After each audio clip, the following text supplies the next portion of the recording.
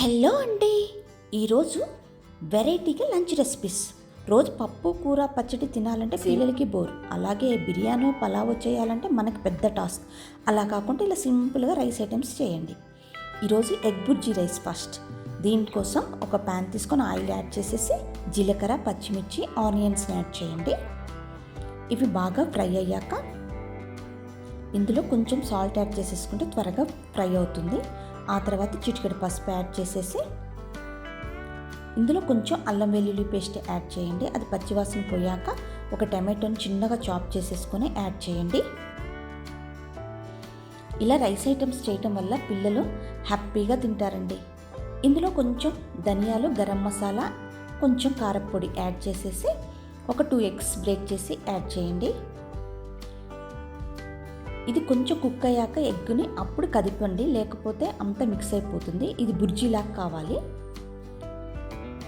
ఇప్పుడు కొంచెం పెప్పర్ చల్లేసుకుని ఆ తర్వాత రైస్ యాడ్ చేయడం. చూసారా ఎంతో సింపుల్.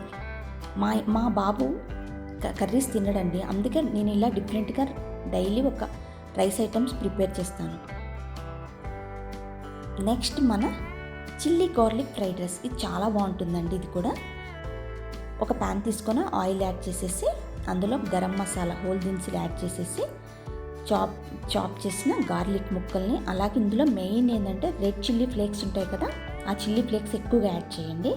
ఆ తర్వాత ఆనియన్ సన్నగా తరిగి పెట్టుకున్న క్యారెట్, క్యాప్సికమ్ని కూడా యాడ్ చేసేసి జస్ట్ షాలో ఫ్రై చేయండి. ఎక్కువగా కుక్ అవ్వద్దు ఈ ఫ్రైడ్ రైస్కి.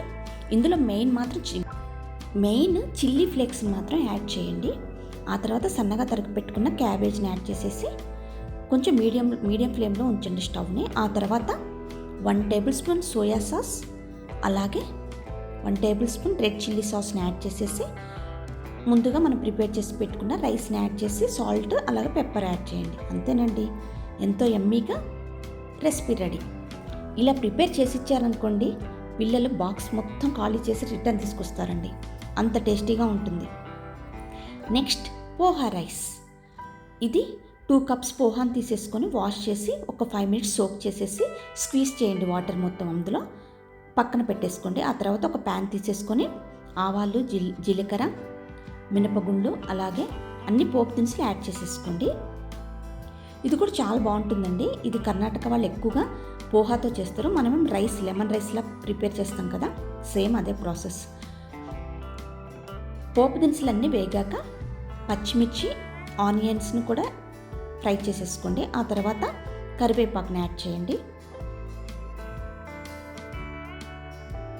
ఇప్పుడు కొంచెం ఇంగువ, చిటికెడు పసుపు యాడ్ చేసేసి మనం ముందుగా ప్రిపేర్ చేసి పెట్టుకున్న అటుకుల మిశ్రమం ఉంది కదా, దాన్ని కూడా ఇందులో యాడ్ చేసేసి ఒక లెమన్ పిండేసేయండి. అంతేనండి, ఎంతో ఎమ్మీగా పోహా రైస్ కూడా రెడీ. ఇది చాలా బాగుంటుందండి లంచ్ బాక్స్కి పిల్లలకి. డెఫినెట్గా ట్రై చేయండి.